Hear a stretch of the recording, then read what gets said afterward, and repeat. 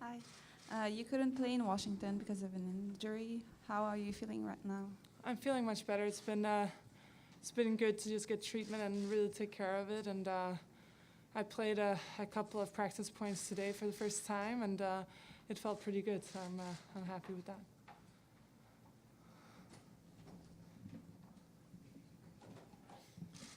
Caroline, you've always played pretty well in Montreal in the past. How exciting is it to be back at a place where you have good memories, and what is it about this tournament or courts that bring out some of your best tennis? Yeah, it's exciting.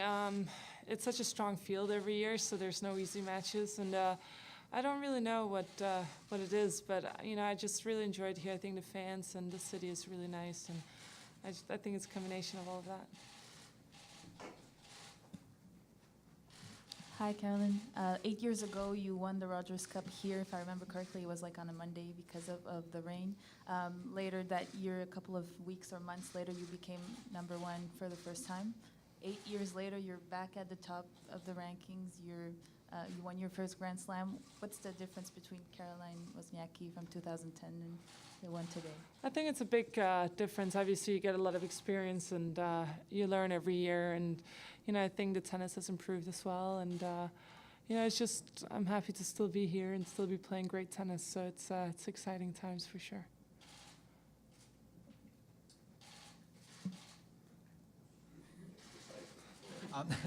I just wondering, now that you've won a Grand Slam, which I suppose was a lifelong dream, do you approach tennis differently now that this pressure is now off your shoulders?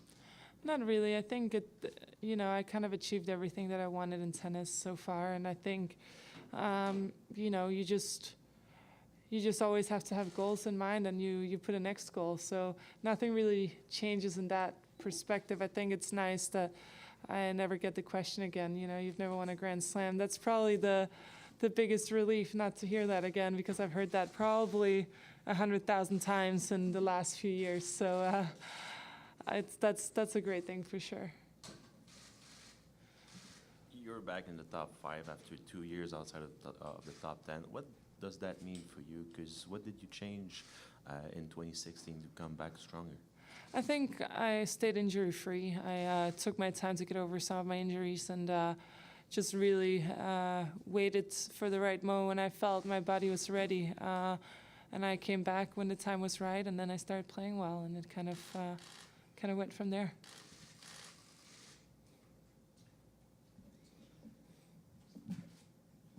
Caroline, when you were injured, I remember you were trying to keep yourself busy and maybe learn some new things, learn French, maybe play the piano, if I remember correctly. Have you kept up with any of those things, or are you trying to maybe do some other things in your spare time? I used to play the piano a lot growing up, so I was just kind of, doing a little bit more of that. I still play once in a while, but I have a piano at home, and I sometimes sit down, but I don't really have a teacher at this point. I feel like it's a little much for what I really need. And my French is unimpressive, I would say. I understand quite a bit, but to speak is a little hard for me. Can you say something? I could, but like...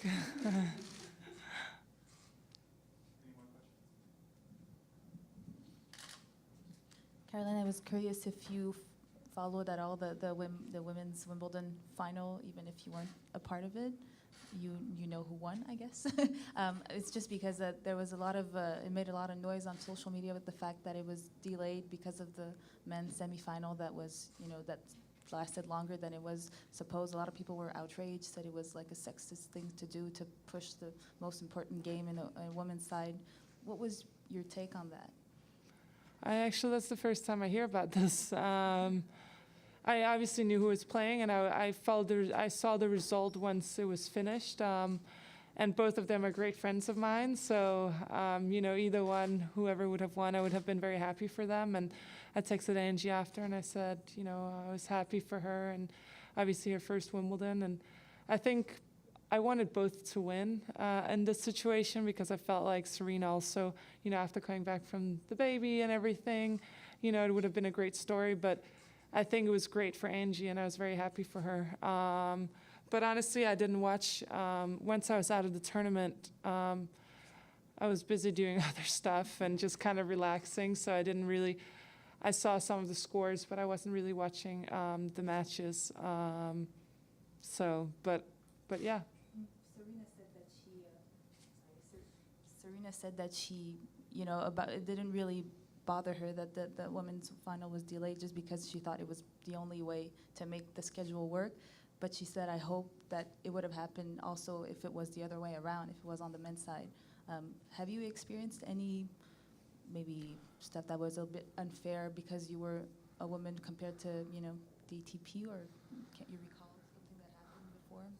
No, I mean, I think in this situation where it's the semifinals and the finals of Wimbledon, I think in the end of the day, you've played for 2 straight weeks, and I think, I don't know the whole situation, but I'm assuming they put the men's semifinal didn't finish, right?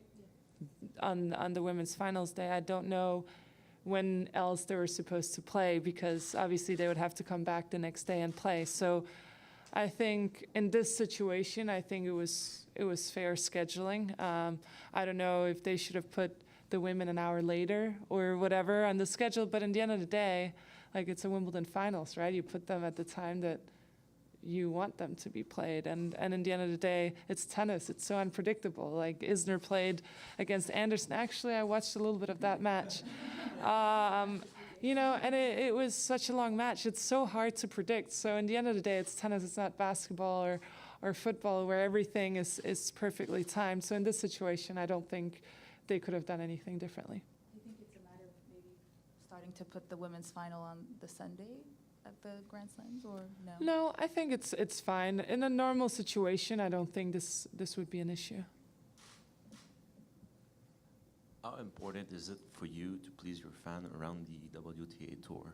Is it to thank them by the time you're taking with them? Yeah, it's like a lot of times with the fans, and take photos and pictures and autographs and stuff. I think it's important to, especially the young ones, that grow up and want to be tennis players, and inspire them and wanting to come back. And obviously, I think they make an impression on their parents too. If the kids are happy, I think the parents are happy. And obviously, it goes together. We love to have fans around, and we need the fans, and I think the fans love coming to watch us, so it's great that we can give back to them. Important to be a good role model too?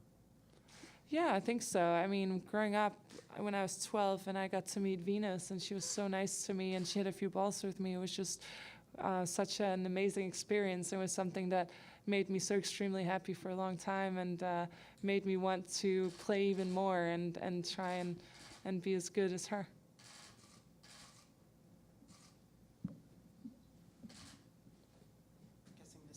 The last 6 months were particularly busy for you. How grateful were you to have those 3 weeks in July to kind of decompress and look back on what you've achieved and refocus for the U.S. Open Series? It feels great. I think the older I've gotten, I've taken more time to myself. I think when I was younger, it was just like you took a few days off and then it was straight back into it. And I think I just learned that now I kind of need to put in breaks, even if it's 4 days or 5 days somewhere. I take time just for myself and decompress, and then you come back and you're, excited to be back practicing and trying to get better. So it was really nice to take 10 days off. I took 10 or 11 days off after Wimbledon, and I just kind of enjoyed some downtime and did a few things that I usually don't do, and just being able to spend some time with my fiance and with some of our friends, it was just awesome.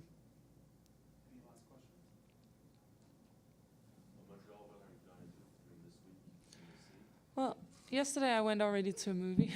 I love going to the movies, so and during the day it was raining, and I was like, this is perfect timing, I'll do that. So we have a thing with David that we choose a movie each every day, so that's kind of what we like to do when we relax, and I'll probably drag him another time to the cinema, so that will be good fun. But The Spy Who Dumped Me, I did. It's actually really good, I have to say. But David only arrived today, so I wasn't allowed to watch Equalizer or Mission Impossible, or so those were the two I was banned because he wanted to watch those. So other than that, I really want to go and into the old town of Montreal and have a walk around. I think it's so beautiful. We went last time we were here, and maybe go explore some good restaurants and stuff like that. French-Canadian movie? You know, I probably wouldn't enjoy it as much, to be honest, because it would take a lot of concentration and probably rewinding a couple of times to really catch everything. Thank you.